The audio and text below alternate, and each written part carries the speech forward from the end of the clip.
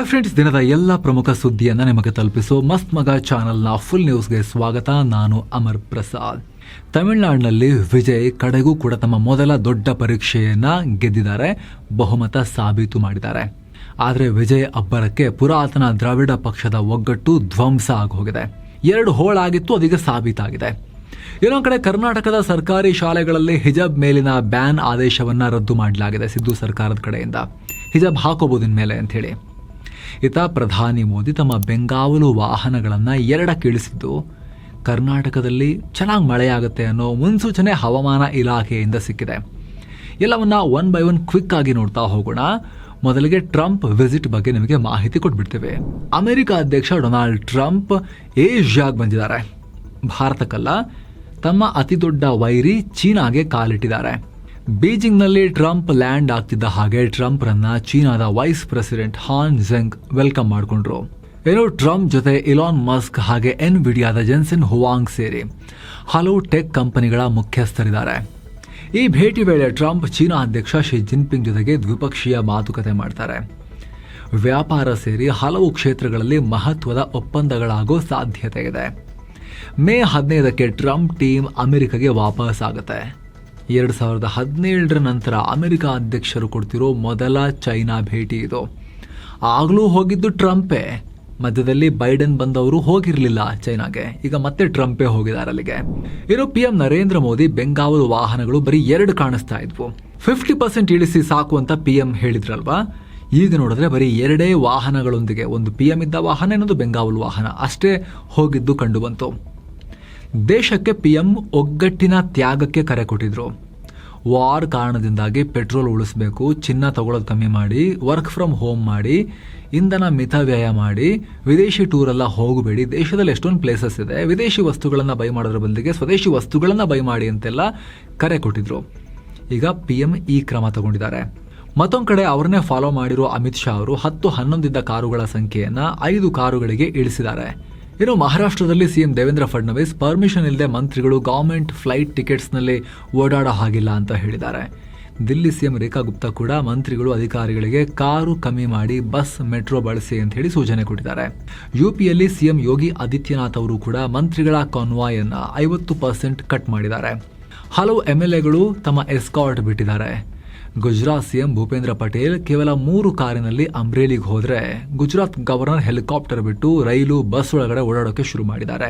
ಹಾಗೆ ಯೂನಿವರ್ಸಿಟಿಗಳಲ್ಲಿ ವಾರಕ್ಕೊಂದು ದಿನ ಸೈಕಲ್ ಅಥವಾ EV ಬಳಸೋ ಕೆಮಿಕಲ್ ಎಂಜಿನ್ ಫ್ರೀ ಡೇ ಆಚರಿಸೋಕೆ ಹೇಳಿದ್ದಾರೆ. ಮಧ್ಯಪ್ರದೇಶದಲ್ಲಿ CM ಕಾನ್ವಾಯ್ 13ರಿಂದ 8 ಕಾರುಗಳಿಗೆ ಇಳಿದಿದೆ. ಯಾಕೆ ಇನ್ನೊಂಚೂರು ಕಮ್ಮಿ ಮಾಡಬಹುದಾಗಿತ್ತಲ್ಲ ಇವರು. ಆದರೆ ಇದೇ ಮಧ್ಯಪ್ರದೇಶದಲ್ಲಿ ಮೋದಿಯವರು ಹೇಳಿದ ಮೇಲೂ ಕೂಡ ಸೌಭಾಗ್ಯ ಸಿಂಗ್ ಠಾಕೂರ್ ಅನ್ನೋ BJP ನಾಯಕ 50 ಕಾರ್ಗಳ ಗ್ಯಾಂಗ್ನೊಂದಿಗೆ ಓಡಾಡಿದ್ದಾರೆ. ಉಜ್ಜಯಿನಿಯಿಂದ ಭೋಪಾಲ್ಗೆ 190 ಕಿಲೋಮೀಟರ್ ಈ ರೀತಿ ಗ್ಯಾಂಗ್ ಕಟ್ಕೊಂಡು ಪ್ರವಾಸ ಮಾಡಿದ್ದಾರೆ. ಸಚಿವನೂ ಅಲ್ಲ, ಶಾಸಕನೂ ಅಲ್ಲ, ತನ್ನ ಪ್ರೈವೇಟ್ ದುಡ್ಡಲ್ಲಿ ಈತನ ಅದ್ದೂರಿ ಆಟ ಆಯ್ತಂದು. ಬಿಹಾರದಲ್ಲೂ ಕೂಡ ಅಷ್ಟೇ. PM ಬೇರೆ CMಗಳೇನಾದ್ರು ಮಾಡಲಿ, ನನ್ನ ಪಾಡಿ ನಾನು ಸಾಮ್ರಾಟ್ ಅಂತರ ಓಡಾಡ್ತೀನಿ ಅಂತ ಹೇಳಿ BJPಯ CM ಸಾಮ್ರಾಟ್ ಚೌಧರಿ 21 ಕಾರ್ ತಗೊಂಡು ಓಡಾಡಿದ್ ಕಂಡು ಬಂತು. 21 ಕಾರ್ ಉದ್ದಕ್ಕೆ ಲೈನಲ್ಲಿ ಹೋಗಿರೋದು ಕಂಡು ಬಂತು. ಸ್ನೇಹಿತರೆ, ತಮಿಳುನಾಡು, ಕೇರಳದಲ್ಲಿ ಮಧುರೈ, ಕನ್ಯಾಕುಮಾರಿ, ತಿರುವನಂತಪುರ, ಅನಂತ ಪದ್ಮನಾಭ ಸ್ವಾಮಿ, ರಾಮೇಶ್ವರಂ, ಸುಚೀಂದ್ರಂ, ತಂಜಾವೂರು, ಶ್ರೀರಂಗಂ ಸೇರಿ ಇಲ್ಲೆಲ್ಲ ಹೋಗೋದಿರುತ್ತೆ. 7 ಸನ್ಸ್ ಟೂರಿಸಂನ ಪ್ಯಾಕೇಜ್, ಆಲ್ ಇನ್ಕ್ಲೂಸಿವ್ ಪ್ಯಾಕೇಜ್ ಇದು. ಸೀನಿಯರ್ ಸಿಟಿಸನ್ಸ್ ಇದ್ರೆ ಸ್ಪೆಷಲ್ ಕೇರ್ ಇರುತ್ತೆ. ಆಸಕ್ತರು ಕಾಲ್ ಮಾಡಿ ಬುಕ್ ಮಾಡಿಕೊಂಡು ಹೋಗಿ ಬರ್ಬೋದು. ಸಿದ್ದರಾಮಯ್ಯ ಸರ್ಕಾರ ವಿವಾದಿತ ಆದೇಶ ಹೊರಡಿಸಿದೆ. 2022ರಲ್ಲಿ BJP ಸರ್ಕಾರ ರಾಜ್ಯದಲ್ಲಿ ಹಿಜಾಬ್ ಅನ್ನ ಬ್ಯಾನ್ ಮಾಡಿತ್ತು ಶಿಕ್ಷಣ ಸಂಸ್ಥೆಗಳಲ್ಲಿ. ಆದ್ರೆ ಈಗ ಸಿದ್ದರಾಮಯ್ಯ ಸರ್ಕಾರ ಹಿಜಾಬ್ ಧರಿಸಬಹುದು ಅಂತ ಹೇಳಿದೆ. ಯೂನಿಫಾರ್ಮ್ ಜೊತೆಗೆ ಕೆಲವೊಂದಷ್ಟು ತಮ್ಮ ಸಂಪ್ರದಾಯದ ಧಾರ್ಮಿಕ ಗುರುತುಗಳನ್ನ ಬಳಸಬಹುದು ಅಂತ ಹೇಳಿದೆ. ಹಿಜಾಬ್ ಹಾಕಬಹುದು, ಪೇಟ, ಟರ್ಬನ್, ಜನಿವಾರ, ಶಿವದಾರ, ರುದ್ರಾಕ್ಷಿ ಹಾಕಿಕೊಳ್ಳೋಕ್ಕೂ ಅವಕಾಶ ಇದೆ ಅಂತ ಹೇಳಿದ್ದಾರೆ. ಆದರೆ ಸಿಂಧೂರ, ವಿಭೂತಿ, ಕುಂಕುಮದ ಬಗ್ಗೆ ಕ್ಲಾರಿಟಿ ಕೊಟ್ಟಿಲ್ಲ. ಆದರೆ ಕೇಸರಿ ಶಾಲು ಅಂತ ಕೇಳಿದಾಗ ಲಾಸ್ಟ್ ಟೈಮ್ ವಿವಾದ ಇದೇ ಆಗಿತ್ತಲ್ವಾ, ಹಾಗಾದ್ರೆ ಕೇಸರಿ ಶಾಲು ಹಾಕ್ತೀವಿ ಅಂತ ಹೇಳಿ, ಅದು ಧಾರ್ಮಿಕ ವಿಚಾರದಲ್ಲಿ ಬರಲ್ಲ, ಕೇಸರಿ ಶಾಲಿಗೆ ಅವಕಾಶ ಇಲ್ಲ ಅಂತ ಹೇಳಿದ್ದಾರೆ. ರೈತ ಸಂಘದವರು, ಬೇರೆ ಬೇರೆ ಸಂಘಟನೆಯವರು ಬೇರೆ ಬೇರೆ ಶಾಲುಗಳನ್ನ ಹಾಕೊಂಡ್ ಬರ್ತಾರೆ. ಅದೇ ರೀತಿ ಕೇಸರಿ ಶಾಲು ಅದನ್ನ ಹಾಕಕ್ ಬಿಡಕ್ಕಾಗಲ್ಲ ಅಂತ ಹೇಳಿದ್ದಾರೆ ರಾಜ್ಯ ಸರ್ಕಾರದವರು. ಯಾವುದೇ ಧರ್ಮದ ಆಚರಣೆ ಕೂಡ ಶಾಲೆಯ ಶಿಸ್ತು ಅಥವಾ ಪಾಠ ಮಾಡೋಕೆ ಡಿಸ್ಟರ್ಬ್ ಮಾಡೋ ಹಾಗಿಲ್ಲ ಅಷ್ಟೇ ಅಂತ ಹೇಳಿದ್ದಾರೆ. ಜೊತೆಗೆ ಸ್ಟೂಡೆಂಟ್ಸ್ ಅನ್ನ ಐಡೆಂಟಿಫೈ ಮಾಡೋಕೆ ಪ್ರಾಬ್ಲಮ್ ಆಗಬಾರ್ದು, ಮುಖ ಕವರ್ ಮಾಡ್ಕೊಂಡ್ರೆ ಅದು ಯಾರಂತ ಗೊತ್ತಾಗಲ್ಲ, ಆ ರೀತಿ ಆಗಬಾರ್ದು ಅಂತಲೂ ಕಂಡೀಷನ್ ಹಾಕಿದ್ದಾರೆ. ಈ ಹೊಸ ಆದೇಶ ರಾಜ್ಯದ ಎಲ್ಲ ಸರ್ಕಾರಿ, ಅನುದಾನಿತ, ಖಾಸಗಿ ಶಾಲೆಗಳು ಮತ್ತು PU ಕಾಲೇಜುಗಳಿಗೂ ಕೂಡ ಅನ್ವಯ ಆಗುತ್ತೆ. ಇದನ್ನು ಕಡ್ಡಾಯವಾಗಿ ಫಾಲೋ ಮಾಡಬೇಕು ಅಂತ ಸರ್ಕಾರ ಹೇಳಿದೆ. 2022ರಲ್ಲಿ ಯೂನಿಫಾರ್ಮ್ ರೂಲ್ಸ್ ಅಂತ ಕೆಲ ಮುಸ್ಲಿಂ ಹುಡುಗಿಯರನ್ನ ಕ್ಲಾಸ್ಗೆ ಸೇರಿಸಿಕೊಳ್ಳದೇ ಇದ್ದಾಗ ಹಿಜಾಬ್ ವಿವಾದ ಶುರುವಾಗಿತ್ತು. ಅದು ಓಕೆ ಅಂತ ಆದರೆ ಕೇಸರಿ ಶಾಲೆ ಯಾಕೆ ಪ್ರಾಬ್ಲಮ್, ನಾವು ಹಾಕೊಂಡ್ಬರ್ತೀವಿ ಅಂಥೇಳಿ ಹಿಂದೂ ಯುವಕರು ಹಾಕೊಂಡು ಹೋಗಿದ್ರು. ನಂತರ ಫೆಬ್ರವರಿ 5, 2022ರಲ್ಲಿ ಅಂದಿನ BJP ಸರ್ಕಾರ ಯೂನಿಫಾರ್ಮ್ ಕಡ್ಡಾಯ ಅಂತ ಆರ್ಡರ್ ಮಾಡ್ತು. ಯೂನಿಫಾರ್ಮ್ನಲ್ಲಿ ಬೇರೆದೆಲ್ಲ ಮಾಡಂಗಿಲ್ಲ, ಯೂನಿಫಾರ್ಮೇ ಇರಬೇಕು ಅಂತ. ಇದನ್ನು ಪ್ರಶ್ನಿಸಿ ಕೋರ್ಟ್ ಮೆಟ್ಟಿಲೇರಿದಾಗ ಹೈಕೋರ್ಟ್ ಸರ್ಕಾರದ ಆದೇಶಕ್ಕೆ ಸಪೋರ್ಟ್ ಮಾಡಿತ್ತು. ಹಿಜಾಬ್ ಇಸ್ಲಾಂನ ಕಡ್ಡಾಯ ಆಚರಣೆ ಅಲ್ಲ, ಇಸ್ಲಾಂನಲ್ಲಿ ಅದು ಫಾಲೋ ಮಾಡಲೇಬೇಕು ಅಂತ ರೂಲ್ಸ್ ಇಲ್ಲ, ಧಾರ್ಮಿಕವಾಗೂ ಕೂಡ ಅದು ಅನಿವಾರ್ಯ ಅಲ್ಲ ಅಂತ ಕೋರ್ಟ್ ಕೂಡ ಅದನ್ನು ಇಂಟರ್ಪ್ರಿಟ್ ಮಾಡಿತ್ತು ಸಾಕಷ್ಟು ಚರ್ಚೆ ವಿಚಾರಣೆ ಬಳಿಕ. ಇನ್ನು ದಾವಣಗೆರೆ ಬೈ ಎಲೆಕ್ಷನ್ನಲ್ಲಿ ಮುಸ್ಲಿಂ ಕ್ಯಾಂಡಿಡೇಟ್ಗೆ ಟಿಕೆಟ್ ಕೊಡದೇ ಇದ್ದಕ್ಕೆ ಕಾಂಗ್ರೆಸ್ ವಿರುದ್ಧ ಆಕ್ರೋಶ ವ್ಯಕ್ತವಾಗಿತ್ತಲ್ಲ. ಅಲ್ಲದೆ ಅಧಿಕಾರಕ್ಕೆ ಬಂದು 3 ವರ್ಷ ಆದರೂ ಕೂಡ ಹಿಜಾಬ್ ಪ್ರಾಬ್ಲಮ್ ಸಾಲ್ವ್ ಮಾಡಿಲ್ಲ ಅಂಥೇಳಿ ಮುಸ್ಲಿಂ ನಾಯಕರು ಕಾಂಗ್ರೆಸ್ಗೆ ಎಚ್ಚರಿಕೆಯೆಲ್ಲ ಕೊಟ್ಟಿದ್ರು. ಅದರ ಬೆನ್ನಲ್ಲೇ ಈಗ ಸರ್ಕಾರ ಈ ಹೆಜ್ಜೆಯನ್ನು ಇಟ್ಟಿದೆ, ಈ ರೀತಿ ನಿರ್ಧಾರವನ್ನು ಮಾಡಿದೆ. ಏನೋ ತಮಿಳುನಾಡು ವಿಧಾನಸಭೆಯಲ್ಲಿ CM ವಿಜಯ್ಗೆ ಭಾರಿ ಬೆಂಬಲ ಸಿಕ್ಕಿದೆ. ಬಹುಮತ ಸಾಬೀತು ಮಾಡೋಕ್ಕೆ 117 ಶಾಸಕರ ಬಲ ಸಾಕಾಗಿತ್ತು. ಆದರೆ 144 ಶಾಸಕರು ಸಪೋರ್ಟ್ ಮಾಡಿದ್ದಾರೆ. VCK ಕಾಂಗ್ರೆಸ್ ಎಡಪಕ್ಷಗಳ ಜೊತೆಗೆ AMMK ಪಾರ್ಟಿಯಿಂದ ಆಯ್ಕೆಯಾಗಿದ್ದ ಏಕೈಕ ಶಾಸಕ S ಕಾಮರಾಜ್ ಕೂಡ ವಿಜಯ ಪರವಾಗಿ ವೋಟ್ ಮಾಡಿದ್ದಾರೆ. ಇವರು ನಾನು ವಿಜಯ್ಗೆ ಸಪೋರ್ಟ್ ಅಂತ ಹೇಳಿದಕ್ಕೆ TTV ದಿನಕರನ್ ಇವ್ರನ್ನ ಪಾರ್ಟಿಯಿಂದನೇ ತೆಗೆದು ಹಾಕಿದ್ರು. ಆದರೂ ವಿಜಯ್ಗೆ ವೋಟ್ ಮಾಡಿದ್ದಾರೆ. ಅತ್ತ AIADMKನ 47 ಶಾಸಕರ ಪೈಕಿ 25 ಶಾಸಕರು TVKಗೆ ಸಪೋರ್ಟ್ ಮಾಡಿದ್ದಾರೆ. ಈ ವೇಳೆ ಭಾರಿ ಮಹಾನಾಟಕ ಆಗಿದೆ. ಮೊದಲು AIADMK ಪ್ರಧಾನ ಕಾರ್ಯದರ್ಶಿ ಎಡಪ್ಪಾಡಿ ಪಳನಿಸ್ವಾಮಿ ಸದನದಲ್ಲಿ ವಿಜಯ್ ಸರ್ಕಾರದ ವಿರುದ್ಧ ಗಂಭೀರ ಆರೋಪ ಮಾಡಿದರು. ವಿಜಯ್ ಪರ ವೋಟ್ ಹಾಕೋಕೆ ನಮ್ಮ ಶಾಸಕರಿಗೆ ಭಾರಿ ಹಣದ ಆಮಿಷ ಒಡ್ಡಲಾಗಿದೆ, ನಮ್ಮ 6 ಶಾಸಕರಿಗೆ ಸಚಿವ ಸ್ಥಾನದ ಆಫರ್ ಕೊಟ್ಟು ಕುದುರೆ ವ್ಯಾಪಾರ ಮಾಡಿದ್ದಾರೆ ಅಂತ ಆರೋಪ ಮಾಡಿದ್ರು. ಹಾಗೆ ನಮ್ಮ ಪಾರ್ಟಿಯ ಎಲ್ಲ 47 ಶಾಸಕರು ವಿಜಯ್ ವಿರುದ್ಧ ವೋಟ್ ಹಾಕ್ತಾರೆ ಅಂತ ಘೋಷಣೆ ಮಾಡಿದ್ರು. ಆದರೆ ಪಾರ್ಟಿಯ ರೆಬೆಲ್ ನಾಯಕ SP ವೇಲುಮಣಿ EPSಗೆ ಶಾಕ್ ಕೊಟ್ಟರು. ನಾವು ಜನರ ಆಶಯದಂತೆ CM ವಿಜಯ್ಗೆ ಬೆಂಬಲ ಕೊಡ್ತೀವಿ ಅಂತ ಹೇಳಿದ್ದಾರೆ.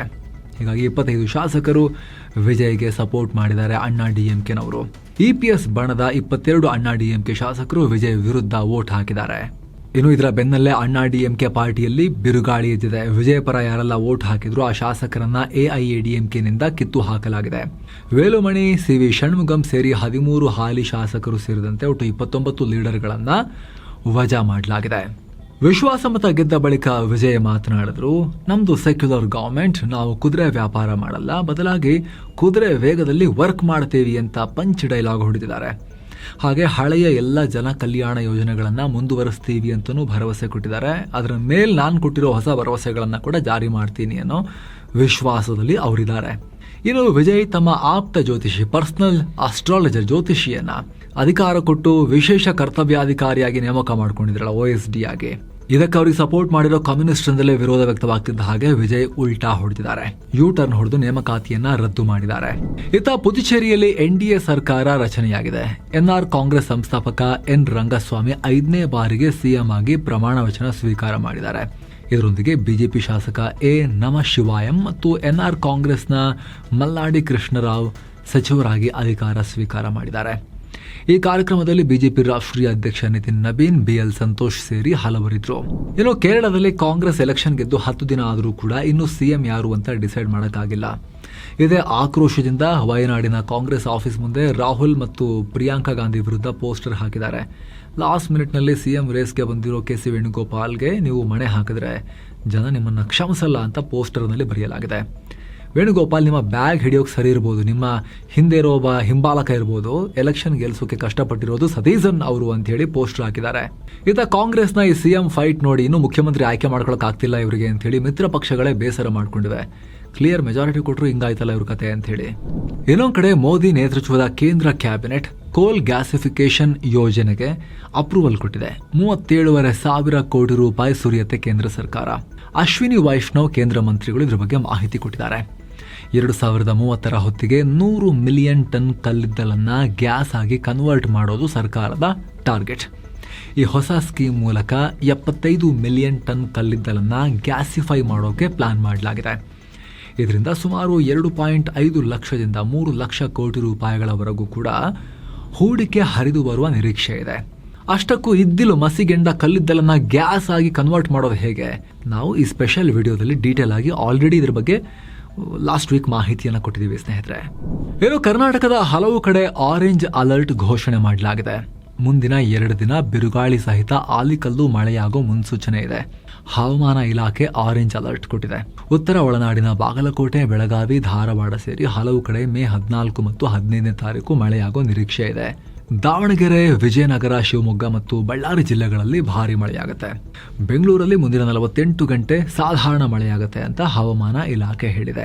ಏನೋ ನೈಋತ್ಯ ಮುಂಗಾರು ಈ ವಾರಾಂತ್ಯಕ್ಕೆ ಅಂಡಮಾನ್ ಪ್ರವೇಶ ಮಾಡಲಿದ್ದು ಜೂನ್ ಮೊದಲ ವಾರದಲ್ಲಿ ರಾಜ್ಯಕ್ಕೆ ಎಂಟ್ರಿ ಕೊಡೋ ಸಾಧ್ಯತೆ ಇದೆ. ಈ ನಡುವೆ ರೈತರಿಗೆ ಹವಾಮಾನ ಇಲಾಖೆ ಒಂದು ಗುಡ್ ನ್ಯೂಸ್ ಕೊಟ್ಟಿದೆ. ಇನ್ಮೇಲೆ ಕೇವಲ 1 ಕಿಲೋಮೀಟರ್ ವ್ಯಾಪ್ತಿಯಲ್ಲೂ ಮಳೆಯ ಮುನ್ಸೂಚನೆ ಅಕ್ಯುರೇಟ್ ಆಗಿ ಸಿಗುತ್ತೆ ಅಂತ. ಇದಕ್ಕಾಗಿ ಹೊಸ AI ಟೆಕ್ನಾಲಜಿ ಬಳಸಲಾಗ್ತಾ ಇದೆ. ಸದ್ಯ ಉತ್ತರ ಪ್ರದೇಶದಲ್ಲಿ ಇದರ ಪೈಲಟ್ ಅಥವಾ ಪ್ರಾಯೋಗಿಕ ಬಳಕೆ ಶುರುವಾಗಿದೆ. 10 ದಿನಗಳ ಮೊದಲೇ ಮಳೆಯ ಕಂಪ್ಲೀಟ್ ಪಿಕ್ಚರ್ ಸಿಗುತ್ತೆ. ಇತ್ತ ಪುಣೆಯ IITM ಸಂಸ್ಥೆ ಕೂಡ ಹೊಸ ಸಿಸ್ಟಮ್ ಮಾಡಿದೆ. ಪ್ರತಿ ಜಿಲ್ಲೆಯ ಮಳೆಯ ಅಪ್ಡೇಟ್ಸ್ ಕೊಡುತ್ತೆ. ಪ್ರತಿ ಬುಧವಾರ ಇದರ ಬಗ್ಗೆ ಹೊಸ ಮಾಹಿತಿ ಜನರಿಗೆ ಸಿಗುತ್ತೆ. 16 ರಾಜ್ಯಗಳ 3,000ಕ್ಕೂ ಹೆಚ್ಚು ಬ್ಲಾಕ್ಸ್ ಅಲ್ಲಿ ಇದು ಶುರುವಾಗ್ತಾ ಇದೆ. ಯಾವಾಗ ಬೀಜವನ್ನ ಬಿತ್ತಬೇಕು ಅಂತ ರೈತರು ಪ್ಲಾನ್ ಮಾಡೋಕೆ ಈಸಿ ಆಗುತ್ತೆ. ನೀರು ಹರಿಸೋಕೆ ಹಾಗೂ ಬೆಳೆ ಕಟಾವಿಗೂ ಇದು ಹೆಲ್ಪ್ ಮಾಡುತ್ತೆ. ಸ್ಯಾಟಲೈಟ್ ಮತ್ತು ರೇಡಾರ್ ಡೇಟಾವನ್ನ ಬಳಸಿ ಈ ಮಾಹಿತಿ ಕೊಡ್ತಾರೆ. ಏನೋ ನೀಟ್ ಪ್ರಶ್ನೆ ಪತ್ರಿಕೆ ಸೋರಿಕೆಯ ತನಿಖೆ ತೀವ್ರಗೊಂಡಿದೆ. ಈಗ CBI 5 ಆರೋಪಿಗಳನ್ನ ಅರೆಸ್ಟ್ ಮಾಡಿದೆ. ಈ ಕೇಸ್ಗೆ ಹಲವು ರಾಜ್ಯಗಳಲ್ಲಿ ನೆಟ್ವರ್ಕ್ ಇದೆ ಅಂತ ಹೇಳಿ, ಲಿಂಕ್ ಇದೆ ಅಂತ ಹೇಳಿ ರಾಜಸ್ಥಾನ ಪೊಲೀಸರು ಹೇಳಿದ್ದಾರೆ. ಪೇಪರ್ ಮೊದಲು ಮಹಾರಾಷ್ಟ್ರದ ನಾಸಿಕ್ನಿಂದ ಆಮೇಲೆ ಹರಿಯಾಣ ಮೂಲಕ ರಾಜಸ್ಥಾನಕ್ಕೆ ತಲುಪಿದೆ ಅಂತ ಹೇಳಿದ್ದಾರೆ. ಈಗ ಆಲ್ರೆಡಿ 150ಕ್ಕೂ ಅಧಿಕ ವಿದ್ಯಾರ್ಥಿಗಳು ಮತ್ತು ಪೋಷಕರನ್ನ ರಾಜಸ್ಥಾನ ಪೊಲೀಸರು ವಿಚಾರಣೆ ಮಾಡಿದ್ದಾರೆ. ಏನೋ ನೀಟ್ ಪರೀಕ್ಷೆ ರದ್ದಾದ ಬೆನ್ನಲ್ಲೇ ಅಖಿಲ ಭಾರತ ವೈದ್ಯಕೀಯ ಸಂಘಗಳ ಒಕ್ಕೂಟ FAIMA ಸುಪ್ರೀಂ ಕೋರ್ಟ್ನಲ್ಲಿ PIL ಹಾಕಿದೆ. ನ್ಯಾಷನಲ್ ಟೆಸ್ಟಿಂಗ್ ಏಜೆನ್ಸಿ ಪದೇ ಪದೇ ಫೇಲ್ ಆಗ್ತಿದೆ. ಹೀಗಾಗಿ ಇದರ ನಿರ್ದೇಶಕರು ನೈತಿಕ ಹೊಣೆ ಹೊತ್ತು ರಾಜೀನಾಮೆ ಕೊಡಬೇಕು ಅಂತ ಆಗ್ರಹ ಮಾಡಿದ್ದಾರೆ. ಫ್ಯೂಚರ್ನಲ್ಲಿ ಇಂಥ ಪರೀಕ್ಷೆಗಳನ್ನು ನಡೆಸೋಕೆ NTA ಬದಲಿಗೆ ಇಂಡಿಪೆಂಡೆಂಟ್ ಸಂಸ್ಥೆಯನ್ನು ನೇಮಕ ಮಾಡಬೇಕು ಅನ್ನೋ ಮನವಿಯನ್ನ ಕೂಡ ಮಾಡಲಾಗಿದೆ. ಇತ್ತ ಈ ಕೇಸ್ ಬಗ್ಗೆ ಆಮ್ ಆದ್ಮಿ ಪಾರ್ಟಿ ಅರವಿಂದ್ ಕೇಜ್ರಿವಾಲ್ ಮಾತನಾಡಿದ್ದಾರೆ. ದೇಶದ ಯುವಕರು ಜೆನ್ಜಿಗಳು ಇದನ್ನ ಪ್ರತಿಭಟಿಸಬೇಕು. ಎಲ್ಲ ಕಡೆ ಬಾಂಗ್ಲಾ, ನೇಪಾಳ, ಶ್ರೀಲಂಕಾ ಎಲ್ಲ ಕಡೆ ಸರ್ಕಾರ ಬದಲಾಗುತ್ತೆ ಪ್ರತಿಭಟನೆಯಾಗಿ, ನಮ್ಮಲ್ಲೂ ನೋಡಿ ಅನ್ನೋ ತರದಲ್ಲಿ ಕರೆ ಕೊಟ್ಟಿದ್ದಾರೆ ಕೇಜ್ರಿವಾಲ್ ಅವರು. ಇನ್ನು ಮೇ 20ನೇ ತಾರೀಕು ದೇಶಾದ್ಯಂತ 12.5 ಲಕ್ಷಕ್ಕೂ ಅಧಿಕ ಔಷಧ ಮಾರಾಟಗಾರರು ಬೃಹತ್ ಮುಷ್ಕರಕ್ಕೆ ಕರೆ ಕೊಟ್ಟಿದ್ದಾರೆ. ಇದರಿಂದಾಗಿ ಮೆಡಿಕಲ್ ಶಾಪ್ಗಳು ಸಂಪೂರ್ಣ ಬಂದ್ ಆಗೋ ಸಾಧ್ಯತೆ ಇದೆ. ಅಖಿಲ ಭಾರತ ಕೆಮಿಸ್ಟ್ ಅಂಡ್ ಡ್ರಗಿಸ್ಟ್ ಸಂಘಟನೆ ಈ ಪ್ರತಿಭಟನೆಗೆ ಕರೆ ಕೊಟ್ಟಿದೆ. ಈ ಮುಷ್ಕರ ಯಾಕೆ? ಆನ್ಲೈನ್ ಆ್ಯಪ್ಗಳು ಡಿಸ್ಕೌಂಟ್ನಲ್ಲಿ ಔಷಧಿಗಳನ್ನು ಮಾರ್ತಿದ್ದಾರೆ. 20-25% ಹೋಮ್ ಡೆಲಿವರಿ ಬೇರೆ ಕೊಡ್ತಿದ್ದಾರೆ. ಹೀಗಾಗಿ ಅಲ್ಲೇ ಜನ ತಗೊಳ್ತಿದ್ದಾರೆ, ಅಂಗಡಿಗಳಿಗೆ ಬರ್ತಾನೆ ಇಲ್ಲ ಜನ ಅಂಥೇಳಿ ಈ ಪ್ರತಿಭಟನೆ. ಆದರೆ ಜನರಿಗೆ ಸಮಸ್ಯೆ ಆಗದಂತೆ ಎಮರ್ಜೆನ್ಸಿ ಮೆಡಿಸಿನ್ಸ್ ಮಾತ್ರ ಕೊಡ್ತೀವಿ ಅಂತ ಸಂಘಟನೆ ಹೇಳಿದೆ. PM ಮೋದಿ ಬೆಂಗಳೂರಿಗೆ ಬಂದಾಗ ಬರೀ ಜಿಲಿಟಿನ್ ಕಡ್ಡಿ ಮಾತ್ರ ಅಲ್ಲ, ಅಲ್ಲಿ ಟೈಮರ್ ಕೂಡ ಇತ್ತು ಅಂತ ಗೊತ್ತಾಗ್ತಾ ಇದೆ. ಈಗ ಜಿಲಿಟಿನ್ ಕಡ್ಡಿ, ಬೆಂಕಿಪಟ್ಟಣ, ಕರ್ಪೂರ, ಬ್ಯಾಟ್ರಿ ಪತ್ತೆಯಾಗಿತ್ತಲ್ಲ, ಇದರ ಹಿಂದೆ ದೊಡ್ಡ ಸಂಚಿತ್ತ ಅಂತ ಹೇಳಿ ಈಗ ತನಿಖೆ ಎಲ್ಲ ನಡೆದು ಅನುಮಾನ ವ್ಯಕ್ತ ಆಗ್ತಾ ಇದೆ ಸಾಕಷ್ಟು. ಪೊಲೀಸರು ಇದನ್ನೆಲ್ಲ ವಶಕ್ಕೆ ಪಡೆದು ತನಿಖೆ ಮುಂದುವರಿಸ್ತಿದ್ದಾರೆ. ಈ ಮುಂಚೆ ಜಿಲಿಟಿನ್ ಕಡ್ಡಿ, ಬೆಂಕಿಪಟ್ಟಣ, ಕರ್ಪೂರ, ಬ್ಯಾಟ್ರಿ ಸಿಕ್ಕಿತ್ತಲ್ಲ, ಈಗ ಟೈಮರ್ ಕೂಡ. ಅಂದ್ರೆ ಇನ್ನು ಸ್ಫೋಟ ಮಾಡಕ್ಕೆ ಯಾರಾದ್ರೂ ಪ್ಲಾನ್ ಮಾಡಿದ್ರ ಅಲ್ಲಿ ಅಂತ. ಈಗ ಇದೆಲ್ಲವನ್ನ ಸೀಸ್ ಮಾಡಿ ಪೊಲೀಸರು ತನಿಖೆ ನಡೆಸ್ತಾ ಇದ್ದಾರೆ. ಏನೋ ಮಂಗಳೂರಿನ ಕುತ್ತಾರಿನಲ್ಲಿ ಕೊರಗಜ್ಜ ಸರ್ಕಲ್ ನಿರ್ಮಾಣ ಮಾಡ್ತಿದ್ದಾರೆ. ಇದನ್ನ ವಿರೋಧಿಸಿ ಪೋಖ್ರಿ ಪುಂಡರ ಗುಂಪೊಂದು ಸ್ಪೀಕರ್ UT ಖಾದರ್ ಅವರಿಗೆ ಮುತ್ತಿಗೆ ಹಾಕಿದ್ರು. ಮಾಡಕ್ ಬಿಡಲ್ಲ, ಇದು ಸರಿ ಇಲ್ಲ ಅಂತ ಹೇಳಿ. ಆಗ 11 ಮಂದಿ ವಿರುದ್ಧ FIR ಕೂಡ ದಾಖಲಾಗಿದೆ ಈ ಪ್ರಕರಣಕ್ಕೆ ಸಂಬಂಧಪಟ್ಟಂತೆ. ಇನ್ನು ಸಿನಿಮಾ ಹಾಗೂ ಸೀರಿಯಲ್ ನಟ ದಿಲೀಪ್ ರಾಜ್ ಹೃದಯಾಘಾತ ಉಂಟಾಗಿ ಚಿಕ್ಕ ವಯಸ್ಸಲ್ಲೇ ನಿಧನರಾಗಿದ್ದಾರೆ. ಹಠಾತ್ ನಿಧನಕ್ಕೆ ಕನ್ನಡ ಸಿನಿಮಾ ರಂಗ ಕಂಬನಿ ಮಿಡಿದಿದೆ. ಅಂತಿಮ ಸಂಸ್ಕಾರ ರಾಮನಗರದ ಫಾರ್ಮ್ ಹೌಸ್ ನಲ್ಲಿ ನಡೆದಿದೆ. ಇವರಿಗೆ 47 ವರ್ಷ ಆಗಿತ್ತು ಅಷ್ಟೇ. ಇನ್ನು ಮಂಗಳೂರಿನ ಮೂಲ್ಕಿಯಲ್ಲಿ ನಶಾ ವಸ್ತು ಸಾಗಿಸ್ತಿದ್ದ ವಿದ್ಯಾರ್ಥಿನಿಯನ್ನ ಅರೆಸ್ಟ್ ಮಾಡಲಾಗಿದೆ. ಶಿವಮೊಗ್ಗ ಮೂಲದ 21 ವರ್ಷದ ಯುವತಿ ಸುಹಾನಾ ಅಂತ ಗುರುತಿಸಲಾಗಿದೆ. 35 ಲಕ್ಷ ರೂಪಾಯಿಯ ನಶಾ ವಸ್ತುವನ್ನ ಈಕೆ ಚೆನ್ನೈನಿಂದ ತರಿಸಿದ್ಲು. ಈ ಹಿಂದೆ ಕೂಡ ಹಲವು ಕೇಸ್ಗಳು ಈಕೆ ಮೇಲೆ ದಾಖಲಾಗಿದ್ವು. ಚಿಕ್ಕ ವಯಸ್ಸಲ್ಲೇ ಈಕೆ ನಶಾವಸ್ತು ಹಿಡ್ಕೊಂಡು ಏನ್ ಮಾಡ್ತಾ ಇದ್ಲು, ನಶಾವಸ್ತು ಪೆಡ್ಲರ್ ಆಗಿದ್ಲ ಈಕೆ ಅನ್ನೋದಕ್ಕೆ ತನಿಖೆ ನಡೀತಾ ಇದೆ. ಇಲ್ಲಿ ಪತ್ತೆ ಆಗಿರ್ಬೇಕಾಗಿರೋದು ಏನು ಅಂದ್ರೆ, ಇಷ್ಟು ಚಿಕ್ಕ ವಯಸ್ಸಲ್ಲಿ ಈಕೆ ಅಷ್ಟೊಂದು ಅಮೌಂಟ್ ಇಲ್ಲಿಂದ ಸಿಕ್ತು. 35 ಲಕ್ಷ ರೂಪಾಯಿ ನಶಾವಸ್ತುವನ್ನ ಚೆನ್ನೈನಿಂದ ತರಿಸ್ತಾಳೆ ಅಂತ ಹೇಳಿದ್ರೆ ಇದರ ಹಿಂದೆ ದೊಡ್ಡ ನೆಟ್ವರ್ಕೇ ಇರಬೇಕಲ್ವಾ. ಬೇರೆ ದೊಡ್ಡ ತಲೆಗಳು ಕೂಡ ಈಕೆ ಹಿಂದೆ ವರ್ಕ್ ಮಾಡ್ತಿರ್ಬೇಕಲ್ವಾ. ಈಕೆಯನ್ನು ಬಳಸ್ಕೊಂಡು ಬೇರೆ ವಿದ್ಯಾರ್ಥಿಗಳನ್ನ ನಶಾ ದಾಸರನ್ನಾಗಿ ಮಾಡೋ ಪ್ರಯತ್ನ ಕೂಡ ನಡೀತಿರ್ಬೋದಲ್ವಾ. ಡೀಪಾಗಿ ತನಿಖೆ ಆಗಬೇಕು ಈ ಕೇಸ್ನಲ್ಲಿ, ದುಡ್ಡು ಕಾಸಿನ ಅರೇಂಜ್ಮೆಂಟ್ ಮತ್ತು ಆ ನೆಟ್ವರ್ಕಿಗೆ ಸಂಬಂಧಪಟ್ಟಂತೆ. ಕಾಡು ಪ್ರಾಣಿಗಳ ಸಂಚಾರ ಇರೋ ಅರಣ್ಯ ಪ್ರದೇಶಗಳಲ್ಲಿ ಕರ್ನಾಟಕದಲ್ಲಿ ಟ್ರಕ್ಕಿಂಗ್ ಬಂದ್ ಮಾಡಿ ರಾಜ್ಯ ಸರ್ಕಾರ ಆದೇಶ ಹೊರಡಿಸಿದೆ. ಇತ್ತೀಚೆಗೆ ಚಾಮರಾಜನಗರದ ನಾಗಮಲೈ ಅರಣ್ಯ ವ್ಯಾಪ್ತಿಯಲ್ಲಿ ಬಾಲಕನೊಬ್ಬ ಚಿರತೆ ದಾಳಿಗೆ ಬಲಿಯಾದ ಬೆನ್ನಲ್ಲಿ ಈ ಕ್ರಮ ತಗೊಂಡಿದ್ದಾರೆ. ಬಂಡೀಪುರ, ನಾಗರಹೊಳೆ ಸೇರಿದ ಹಾಗೆ ರಾಜ್ಯದ ಎಲ್ಲಾ ಹುಲಿ ಸಂರಕ್ಷಿತ ಪ್ರದೇಶ ಹಾಗೂ ವನ್ಯಜೀವಿ ವಿಭಾಗಗಳಿಗೆ ಈ ರೂಲ್ಸ್ ಅನ್ವಯ ಆಗುತ್ತೆ. ಸಿಬಿಐನ ಹೊಸ ಮುಖ್ಯಸ್ಥರ ಆಯ್ಕೆ ಪ್ರಕ್ರಿಯೆಗೆ ವಿಪಕ್ಷ ನಾಯಕ ರಾಹುಲ್ ಗಾಂಧಿ ತೀವ್ರ ವಿರೋಧ ವ್ಯಕ್ತಪಡಿಸಿದ್ದಾರೆ. ಈ ಬಗ್ಗೆ ಪಿಎಂ ಮೋದಿಗೆ ಪತ್ರ ಬರೆದು ತಮ್ಮ ಅಸಮಾಧಾನ ಹೊರಹಾಕಿದ್ದಾರೆ. 69 ಅಭ್ಯರ್ಥಿಗಳ ರಿಪೋರ್ಟ್ ಕೇಳಿದ್ರು ಕೂಡ ಸರ್ಕಾರ ತಮಗೆ ಕೊಟ್ಟಿಲ್ಲ ಅಂತ ಆರೋಪಿಸಿದ್ದಾರೆ. ಸರ್ಕಾರ ಇಷ್ಟ ಬಂದಂಗೆ ಅಭ್ಯರ್ಥಿಗಳನ್ನ ಆಯ್ಕೆ ಮಾಡೋಕೆ ಹೊರಟಿದೆ ಅಂತ ಹೇಳಿ ಟೀಕಿಸಿದ್ದಾರೆ. ವಿಪಕ್ಷ ನಾಯಕನಾಗಿ ನಾನು ಇಲ್ಲಿ ಕೇವಲ ರಬ್ಬರ್ ಸ್ಟ್ಯಾಂಪ್ ಅಲ್ಲ, ಈ ಪಕ್ಷಪಾತದ ಆಯ್ಕೆ ಪ್ರಕ್ರಿಯೆಯಲ್ಲಿ ನಾನು ಪಾಲ್ಗೊಳ್ಳಲ್ಲ ಅಂತ ರಾಹುಲ್ ಹೇಳಿದ್ದಾರೆ. ಸದ್ಯ ಪ್ರವೀಣ್ ಸೂದ್ ಸಿಬಿಐ ಡೈರೆಕ್ಟರ್ ಆಗಿದ್ದಾರೆ. ಅವರ ಅಧಿಕಾರಾವಧಿ ಮೇ 24ಕ್ಕೆ ಎಂಡ್ ಆಗುತ್ತೆ. ಹೊಸ ಡೈರೆಕ್ಟರ್ ಆಯ್ಕೆ ಪ್ರಕ್ರಿಯೆ ಶುರುವಾಗಿದೆ. ಈ ಸೆಲೆಕ್ಷನ್ ಕಮಿಟಿಯಲ್ಲಿ ಪಿಎಂ, ಸಿಜೆ ಸೂರ್ಯಕಾಂತ್ ಹಾಗೂ ವಿಪಕ್ಷ ನಾಯಕರು ಇರ್ತಾರೆ. ಅದರಲ್ಲಿ ಬಹುಮತದ ಆಧಾರದ ಮೇಲೆ ಆಯ್ಕೆ ಪ್ರಕ್ರಿಯೆ ನಡೆಯುತ್ತೆ. ಹೀಗಾಗಿ ಇಲ್ಲಿ ರಾಹುಲ್ ದೂರ ಇದ್ರೂ ಕೂಡ ಸೆಲೆಕ್ಷನ್ ಏನ್ ಪ್ರಾಬ್ಲಮ್ ಆಗಲ್ಲ. 2026ನೇ ಸಾಲಿನ ಸಿಬಿಎಸ್ಇ 12ನೇ ಕ್ಲಾಸ್ ರಿಸಲ್ಟ್ ಅನೌನ್ಸ್ ಆಗಿದೆ. ಈ ವರ್ಷ ಒಟ್ಟು 85.20% ಸ್ಟೂಡೆಂಟ್ಸ್ ಪಾಸ್ ಆಗಿದ್ದಾರೆ. ಹೋದ ವರ್ಷ ಕಂಪೇರ್ ಮಾಡಿದ್ರೆ ರಿಸಲ್ಟ್ 3% ಡೌನ್ ಆಗಿದೆ. ಹುಡುಗಿಯರು 88% ಪಾಸ್ ಆದ್ರೆ ಹುಡುಗರು 82% ಪಾಸ್ ಆಗಿದ್ದಾರೆ. ರೀಜನ್ ವೈಸ್ ನೋಡಿದ್ರೆ 95.62% ರಿಸಲ್ಟ್ ನೊಂದಿಗೆ ತಿರುವನಂತಪುರಂ ಫಸ್ಟ್ ಪ್ಲೇಸ್ ನಲ್ಲಿದೆ. 93.84% ನೊಂದಿಗೆ ಚೆನ್ನೈ ಸೆಕೆಂಡ್ ಪ್ಲೇಸ್ ನಲ್ಲಿದೆ. 93.19% ನೊಂದಿಗೆ ಬೆಂಗಳೂರಿಗೆ 3ನೇ ಸ್ಥಾನ ಸಿಕ್ಕಿದೆ. 72.43% ರಿಸಲ್ಟ್ ಪಡೆದಿರೋ ಪ್ರಯಾಗ್ರಾಜ್ ಉತ್ತರ ಪ್ರದೇಶದ್ದು, ಆ ಪ್ರದೇಶ ಲಾಸ್ಟ್ ಪ್ಲೇಸ್ ನಲ್ಲಿದೆ. ನಾಸಿಕ್ನ ಟಿಸಿಎಸ್ ಮತಾಂತರ ಕೇಸ್ಗೆ ಸಂಬಂಧಪಟ್ಟಂತೆ ಮಹಾರಾಷ್ಟ್ರದಲ್ಲಿ ಬುಲ್ಡೋಜರ್ ಗರ್ಜಿಸಿದೆ. ಛತ್ರಪತಿ ಸಂಭಾಜಿ ನಗರ್ನಲ್ಲಿ ಓವೈಸಿ ಪಾರ್ಟಿ ಎಐಎಂಐಎಂ ಆ ಪಾರ್ಟಿಯ ಕಾರ್ಪೊರೇಟರ್ ಮತಿನ್ ಪಟೇಲ್ರ ಅಕ್ರಮ ಕಟ್ಟಡಗಳನ್ನು ಧ್ವಂಸ ಮಾಡಲಾಗಿದೆ. ಕೇಸ್ನ ಪ್ರಮುಖ ಆರೋಪಿ ನಿದಾ ಖಾನ್ರಿಗೆ ಈ ಮತಿನ್ ಪಟೇಲ್ ಆಶ್ರಯ ಕೊಟ್ಟಿದ್ರು ಅನ್ನೋ ಆರೋಪ. ಅರೆಸ್ಟ್ ಕೂಡ ಆಗಿದ್ರು. ಅಕ್ರಮ ಕಟ್ಟಡ ತೆರವಿಗೆ ತಡೆ ಕೊಡಿ ಅಂತ ಹೇಳಿ ಮತಿನ್ ಕೋರ್ಟ್ಗೂ ಹೋಗಿದ್ರು. ಆದರೆ ಕೋರ್ಟ್ ಸ್ಟೇ ಕೊಟ್ಟಿರಲಿಲ್ಲ. ಪೊಲೀಸ್ ಬಂದೋಬಸ್ತ್ನಲ್ಲಿ ಅಕ್ರಮ ಕಟ್ಟಡಗಳನ್ನ ಬೀಳಿಸಲಾಗಿದೆ. ಪಶ್ಚಿಮ ಬಂಗಾಳದಲ್ಲಿ ಸುವೇಂದು ಅಧಿಕಾರಿ ನೇತೃತ್ವದ ಬಿಜೆಪಿ ಸರ್ಕಾರ ಭರ್ಜರಿ ಆಕ್ಷನ್ಗಿಳಿದಿದೆ. ರಾಜ್ಯಾದ್ಯಂತ ಇದ್ದ ಇಲ್ಲಿಗಲ್ ಟೋಲ್ ಬೂತ್ಗಳು ಮತ್ತು ಅನಧಿಕೃತ ಡ್ರಾಪ್ ಗೇಟ್ಗಳನ್ನ ತೆರವುಗೊಳಿಸೋಕೆ ಆದೇಶ ಕೊಟ್ಟಿದೆ. ಟಿಎಂಸಿ ಅವರು ಎಲ್ಲಾ ಕಡೆ ಅನಧಿಕೃತ ಟೋಲ್ ಬೂತ್ಗಳನ್ನ ಹಾಕೊಂಡು ದುಡ್ಡು ಕಲೆಕ್ಟ್ ಮಾಡ್ತಾ ಇದ್ರು ಅನ್ನೋದು ಈ ಹಿಂದಿನಿಂದಲೂ ಇದ್ದ ಆರೋಪ, ಕಟ್ ಮನಿ ಆರೋಪ. ನೂತನ ಚೀಫ್ ಸೆಕ್ರೆಟರಿ ಮನೋಜ್ ಕುಮಾರ್ ಅಗರ್ವಾಲ್ ಈ ಆದೇಶ ಪಾಸ್ ಮಾಡಿದ್ದಾರೆ. ಎಲ್ಲೂ ಕೂಡ ನ್ಯಾಷನಲ್ ಹೈವೇ, ಸ್ಟೇಟ್ ಹೈವೇ ಈ ರೀತಿ ಅಥಾರಿಟಿಯವರು ಕಲೆಕ್ಟ್ ಮಾಡೋ ಟೋಲ್ ಬಿಟ್ಟು ಬೇರೆ ಯಾರು ಟೋಲ್ ಅನ್ನ ದುಡ್ಡನ್ನ ಕಲೆಕ್ಟ್ ಮಾಡೋ ಹಾಗಿಲ್ಲ. ಅದೆಲ್ಲವನ್ನ ತೆಗೆದು ಹಾಕಬೇಕು. ಮೇ 15ರ ಮಧ್ಯಾಹ್ನ 12 ಗಂಟೆ ಒಳಗಡೆ ಎಲ್ಲವನ್ನ ಲಿಸ್ಟ್ ಮಾಡಿ ರಿಪೋರ್ಟ್ ಕೊಡಬೇಕು ಅಂತ ಹೇಳಿ ಆದೇಶ ಹೊರಡಿಸಲಾಗಿದೆ. ಕೇಂದ್ರ ಸಚಿವ ಬಂಡಿ ಸಂಜಯ್ ಮಗ ಭಾಗೀರಥ್ ಮೇಲೆ ಪೋಕ್ಸೋ ಕೇಸ್ ದಾಖಲಾಗಿದೆ. 17 ವರ್ಷದ ಅಪ್ರಾಪ್ತೆ ಮೇಲೆ ಲೈಂಗಿಕ ದೌರ್ಜನ್ಯದ ಆರೋಪ ಇತ್ತು. ಹುಡುಗಿಯ ತಾಯಿ ಬಗ್ಗೆ ಪೊಲೀಸರಿಗೆ ದೂರು ಕೊಟ್ಟಿದ್ರು. ಭಾಗೀರಥ್ಗೆ ಸೈಬರಾಬಾದ್ ಪೊಲೀಸರು ವಿಚಾರಣೆಗೆ ಹಾಜರಾಗೋಕೆ ನೋಟಿಸ್ ಕೊಟ್ಟಿದ್ರು. ಆದ್ರೆ ಬಂದಿಲ್ಲ. ಸದ್ಯ ಈ ಭಗೀರಥ ಎಲ್ಲ ಅಡಗಿ ಕೂತಿದ್ದಾನೆ. ಪೊಲೀಸರು ಹುಡುಕ್ತಾ ಇದ್ದಾರೆ. ಭಾರತ ನಡೆಸ್ತಾ ಇರೋ ಆಪರೇಷನ್ ಗ್ಲೋಬಲ್ ಹಂಟ್ ನಲ್ಲಿ ಇನ್ನೊಂದು ವಿಕೆಟ್ ಬಿದ್ದಿದೆ. ಈಗ ನಶಾ ವಸ್ತು ಕೇಸ್ನಲ್ಲಿ ಭಾರತಕ್ಕೆ ಬೇಕಾಗಿದ್ದ ಮೋಸ್ಟ್ ವಾಂಟೆಡ್ ಕ್ರಿಮಿನಲ್ ಪ್ರಭುದೀಪ್ ಸಿಂಗ್ ನನ್ನ ಭಾರತಕ್ಕೆ ಎಳ್ಕೊಂಡ್ಬರಲಾಗಿದೆ. ಅಜರ್ಬೈಜಾನ್ ನಿಂದ ಈತನನ್ನ ಸಿಬಿಐ ಹಿಡ್ಕೊಂಡ್ಬಂದಿದೆ. ಮತ್ತೊಂದು ಕಡೆ ಪೋರ್ಚುಗಲ್ ನಿಂದ ಹಿಜ್ಬುಲ್ ಮುಜಾಹಿದೀನ್ ಸಂಘಟನೆಯ ನಶಾ ಉಗ್ರ ಇಕ್ಬಾಲ್ ಸಿಂಗ್ ಅಲಿಯಾಸ್ ಶೇರಾನನ್ನ ಗಡಿಪಾರು ಮಾಡಲಾಗಿದೆ. ಎನ್ಐಎ ದಿಲ್ಲಿಯಲ್ಲಿ ಈತನನ್ನ ಬಂಧಿಸಿದೆ. ಈಗ ಅಮೃತ್ಸರ ಮೂಲದ ಈತ ಪಾಕಿಸ್ತಾನದಿಂದ ಪಂಜಾಬ್ಗೆ ಮಾದಕ ವಸ್ತು ಸಾಗಿಸ್ತಾ ಇದ್ದ. ಬಂದ ಹಣವನ್ನ ಉಗ್ರ ಚಟುವಟಿಕೆಗಳಿಗೆ ಪೂರೈಸ್ತಾ ಇದ್ದ. 2020ರಲ್ಲಿ ಪರಾರಿಯಾಗಿದ್ದ. ಇಂಟರ್ಪೋಲ್ ನೋಟಿಸ್ ಇತ್ತು. ಮಣಿಪುರದಲ್ಲಿ ಮತ್ತೊಂದು ಭೀಕರ ಘಟನೆಯಾಗಿದೆ. 3 ಚರ್ಚ್ ಮುಖಂಡರನ್ನ ಹತ್ಯೆ ಮಾಡಲಾಗಿದೆ. ಕಾರ್ನಲ್ಲಿ ಹೋಗುವಾಗ ಈ ದಾಳಿಯಾಗಿದೆ. ಇದನ್ನ ನಾಗಾ ಗುಂಪಿನವರೇ ಮಾಡಿದ್ದಾರೆ ಅಂತ ಕುಕಿ ಸಂಘಟನೆ ಆರೋಪ ಮಾಡಿದೆ.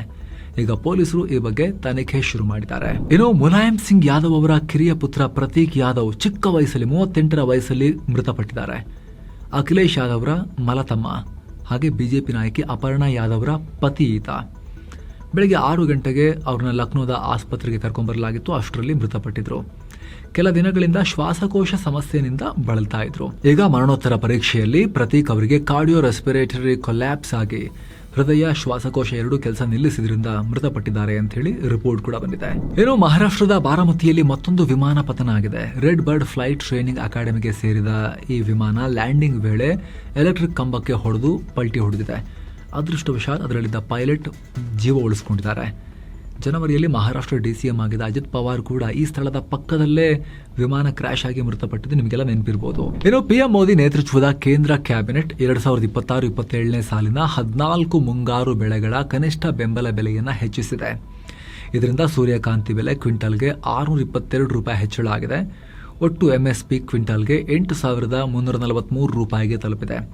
ಹಾಗೆ ಭತ್ತ, ತೊಗರಿಬೇಳೆ, ಸೋಯಾಬೀನ್, ಹತ್ತಿ, ಮೆಕ್ಕೆಜೋಳದ MSPಯನ್ನು ಕೂಡ ಸರ್ಕಾರ ಹೆಚ್ಚು ಮಾಡಿದೆ. ಇನ್ನು IPL ನಲ್ಲಿ RCB ವರ್ಸಸ್ ಕೋಲ್ಕತ್ತಾ ಮ್ಯಾಚ್ ರಾಯ್ಪುರ್ನಲ್ಲಿ ಫುಲ್ ನ್ಯೂಸ್ ರೆಕಾರ್ಡ್ ಆಗೋ ಟೈಮ್ಗೆ ಮ್ಯಾಚ್ನ ಸ್ಥಿತಿಗತಿ ಈ ತರ ಇತ್ತು. ಇನ್ನು ನಿರಂತರ 4 ಸೆಷನ್ಗಳ ಕುಸಿತದ ನಂತರ ಭಾರತದ ಷೇರುಪೇಟೆ ಫ್ಲಾಟ್ ಆಗಿತ್ತು. ಇವತ್ತು ದಿನದ ವಹಿವಾಟಿನ ಅಂತ್ಯಕ್ಕೆ 49 ಪಾಯಿಂಟ್ಸ್ ಅಥವಾ 0.07% ಜಂಪ್ ಆಗಿ ಸೆನ್ಸೆಕ್ಸ್ 74,608ಕ್ಕೆ ತಲುಪಿತು.